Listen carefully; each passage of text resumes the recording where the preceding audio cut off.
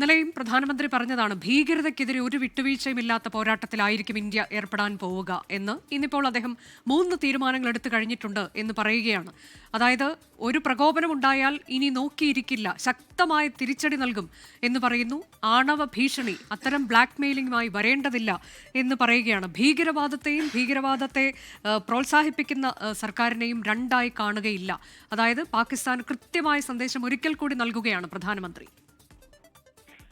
അനുജ, തീർച്ചയായിട്ടും അതായത് ഇന്ത്യയുടെ ഒരു നയം വ്യക്തമാക്കിക്കൊണ്ടും ഒപ്പം തന്നെ പാകിസ്ഥാന് മുന്നറിയിപ്പും നൽകിക്കൊണ്ടുമുള്ള ഒരു അഭിസംബോധനയാണ് ആദംപൂരിലെ സൈനിക കേന്ദ്രത്തിൽ ഇന്ന് രാവിലെ പ്രധാനമന്ത്രി അവിടെ അവരുമായി സംസാരിച്ചുകൊണ്ട് സേനയിലെ സൈനികരുമായി സംസാരിച്ചുകൊണ്ട് നടത്തിയത്.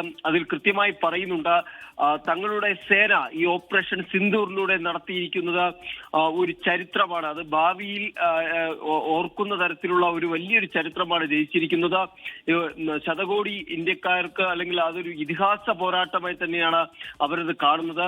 ലോകരാഷ്ട്രങ്ങൾ ഇന്ത്യയുടെ കരുത്തറിഞ്ഞ ഒരു ദിനമാണ് ഈ ഓപ്പറേഷൻ സിന്ദൂർ നടത്തിയ ദിവസം. ഒപ്പം തന്നെ പാകിസ്ഥാന് കൃത്യമായ സന്ദേശം നൽകുന്നുണ്ട്. അതായത് തീവ്രവാദികൾക്ക് പോലും മനസ്സിലായി പാകിസ്ഥാനിൽ പോലും അവരുടെ ഇടം സുരക്ഷിതമല്ലെന്ന്. ആ തരത്തിലായിരുന്നു തങ്ങൾ പാകിസ്ഥാനിലെ ഈ തീവ്രവാദ കേന്ദ്രങ്ങൾ തകർത്തുകൊണ്ട് മറുപടി നൽകിയത്. അവരുടെ മണ്ണിൽ ആണ് തങ്ങൾ, അതായത് ഭീകരരുടെ മണ്ണിലാണ് തങ്ങൾ മറുപടി നൽകിയതെന്ന് പ്രധാനമന്ത്രി പറയുന്നു. ഒപ്പം തന്നെ കൃത്യമായി വളരെ കൃത്യതയോടുകൂടിയാണ് ആ ദൗത്യം വ്യോമസേന നടത്തിയത്.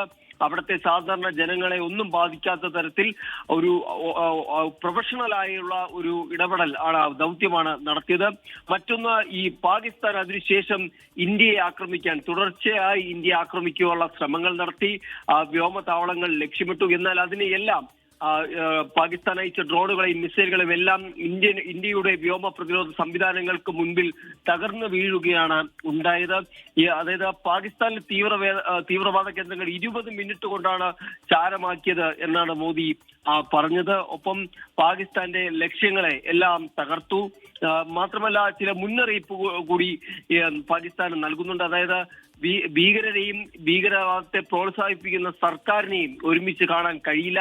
ഇനിയൊരു പ്രകോപനം ഉണ്ടായാലും അതിന്റെ മറുപടിയും തിരിച്ചടിയാണ്. അത് കൃത്യമായി തന്നെ ആ തിരിച്ചടി നൽകും. ആണവായുധ ഭീഷണി ഉയർത്തി പേടിപ്പിക്കാം എന്ന് കരുതണ്ട. അങ്ങനെ കൃത്യമായ സന്ദേശം പ്രധാനമന്ത്രി നൽകുന്നുണ്ട്. ഈ കഴിഞ്ഞ ദിവസങ്ങളിലെ ദൗത്യത്തോടുകൂടി ഇന്ത്യയുടെ ലക്ഷ്മണരേഖ എന്താണെന്നുള്ളത് വ്യക്തമാക്കി. അതായത് ഭീകരതയ്ക്ക് വ്യക്തമായി ഇന്ത്യയുടെ ലക്ഷ്മണരേഖ എന്താണ്.